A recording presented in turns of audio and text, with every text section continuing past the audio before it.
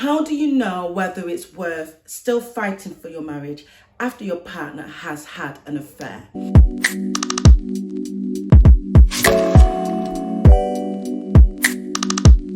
How are you doing? It is Daisy Chuako, your marriage and relationship coach. Today I've got a bit of a heavy topic to speak on, but you know that I really do love working with couples and helping couples to radically transform their marriage, rebuild trust, restore intimacy, and create the marriage of their dreams even after an affair. However, I am often asked, Daisy, but how do you know whether it's worth staying after you have been cheated on? How do you know whether it's worth still fighting for your marriage after your partner has had an affair?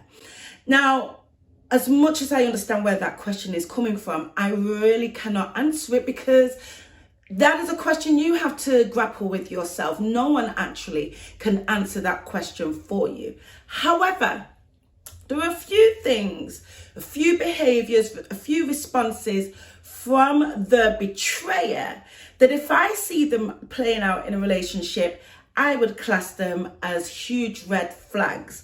And if the betrayed person comes and is like, you know, I'm really thinking that maybe this isn't worth me fighting for, I might be a little bit like,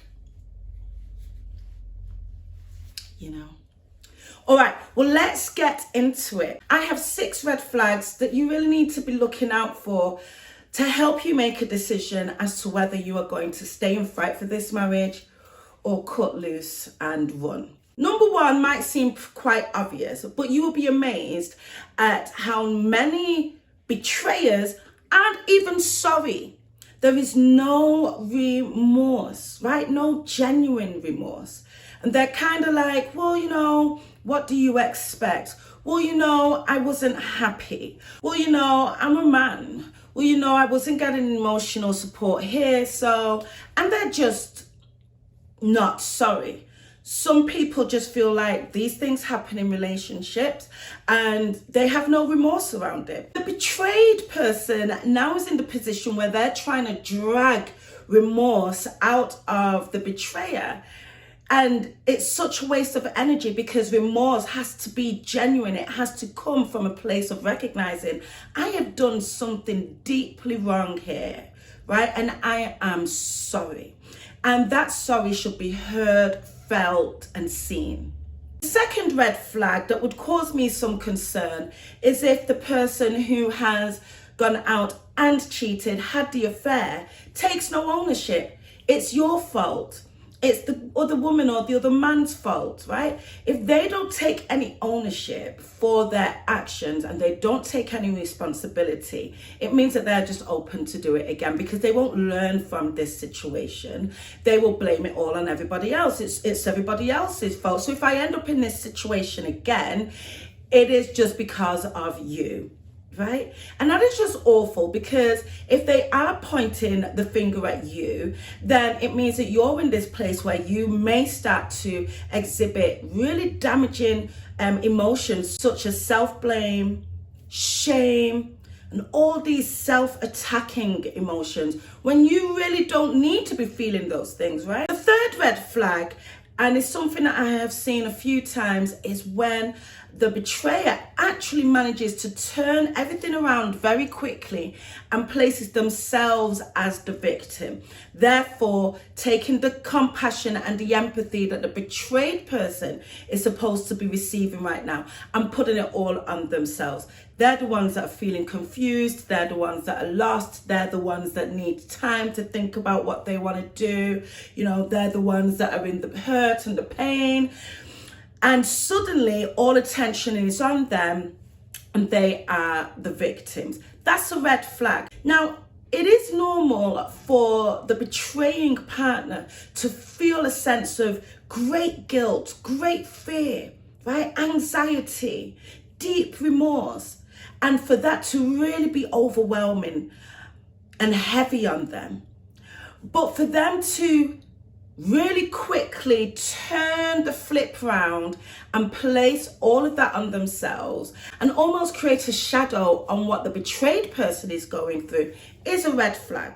Because the betrayer's job in this time is to really be operating in a place of empathy and compassion for the real victim, which is the betrayed partner.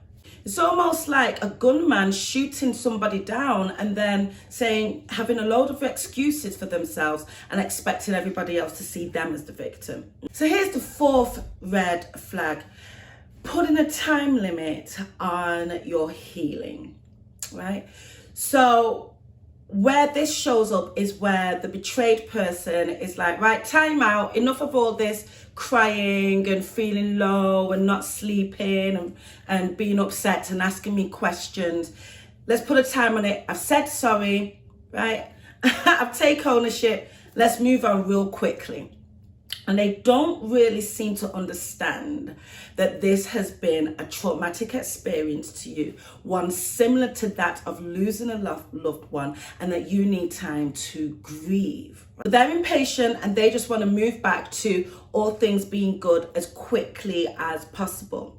That's a red flag, because again, it shows a lack of understanding of the gravity of what they have done and the impact that this has had on you and on your relationship. However, I will give a caveat here.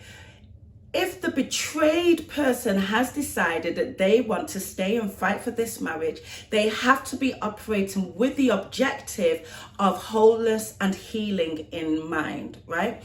We shouldn't be on this journey deciding that we're just going to stay in this place of hurt and pain forevermore and potentially use this as a weapon on their partner for as many years as possible. Because at the end of the day, what would be the point of staying in a marriage when you're never going to get to the point where you start to enjoy it because you haven't set the objective of your own healing, right? So this isn't a call for staying in this place of hurt and pain forevermore. This is a call for saying, well, look, for your own sake, I want to set the objective of healing. But listen, that takes different lengths of time for different people. And your partner's job is to stand by you, holding your hand, being compassionate, full of empathy, and supporting you on your healing journey, not rushing you through it just so that they can feel more comfortable. The fifth red flag is when the betrayed person is actively minimizing what they have done and what you're going through. And you might hear things like this: well, it was only one night, right? Or I didn't really care about them, or I only did it once. Those responses are minimizing the gravity of their action. And then you also might hear things like, why are you making this bigger than what it was? Okay, minimizing how you're feeling and how this has impacted you. Again, this illustrates to me somebody that doesn't understand what they have done, the gravity of the hurt and destruction that has been caused, and that they are the person who has made this absolutely terrible choice. And lastly, and it might be the most obvious, but if this is a continuous behavior, if you are finding that, you guys go through this, you work hard to get over it, and then it happens again, you work hard to get over, and then it happens again. I mean, it is telling you that this is somebody that really doesn't honor the marriage and doesn't honor you. And that is a huge red flag. Again, I'm not telling you whether you should leave or stay, but... And I want to just add on this bonus point. If you are making the choice to stay in the marriage and work with your partner and grow and heal from this and create something that is far more better than what you had before, amazing. But don't do it just because of the children. And I say that with my chest because a lot of couples will say that to me, we have to just stay and make this work for the sake of the children.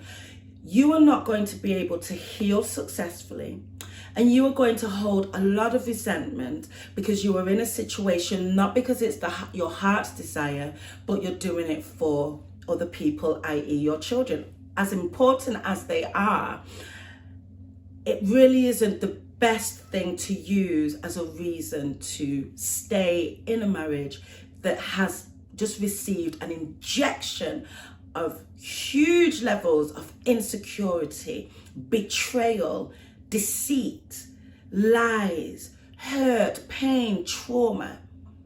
you have to have a greater reason to stay, and that greater reason has to be for yourself. Now, I say all of that on the backdrop of being a firm believer that if a couple really does want to work on their marriage after an affair, and they are remorseful and they don't minimize and they're taking responsibility and doing all that is necessary, then absolutely they can go ahead and have a thriving marriage afterwards, a marriage potentially that's even better than the one that they had before.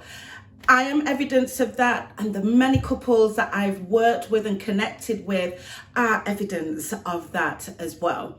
Now, if this is something you're going through and you'd like to talk to me about my affair recovery program, go ahead and hit the link in the description and book a free 30-minute breakthrough call with me, and I'll tell you more about how this affair recovery program can help you to successfully navigate through this difficult time. If you haven't already, hit the subscription button. I'm going to be coming here more often to give you more tips on how you can rebuild trust, restore intimacy, and create the marriage of your dreams even after an affair.